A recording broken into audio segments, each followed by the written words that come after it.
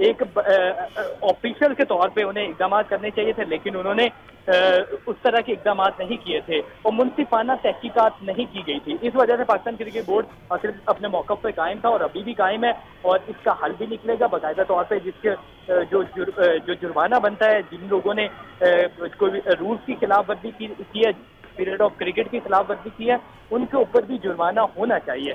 तो ये Pakistan cricket board का मुतालबा भी था, और मुझे ऐसा लगता है कि पाकिस्तान क्रिकेट बोर्ड के मुतालबे को तस्लीम भी किया जाएगा, क्योंकि स्पिरिट ऑफ गेम और क्रिकेट के जो रूल्स हैं उसमें बाकायदा तौर पे बिल्कुल क्लियरेंस है, वो सारी चीज़ें बिल्कुल साफ एंड शफाफ हैं।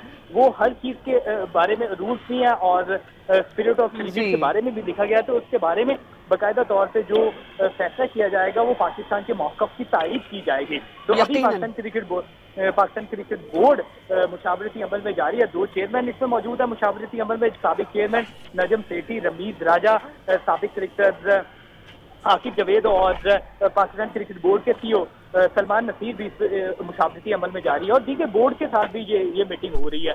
पाकिस्तान क्रिकेट बोर्ड की जानिब से 2 दफा खत लिखा गया ICC को, और उसमें अपना मौक़िफ़ दोहराया गया था कि जो इक़दाम किए गए थे मैच रेफरी की जानिब से वो दुरुस्त नहीं थे, और उनके खिलाफ एक्शन लिया जाए, उनको हटाया जाए।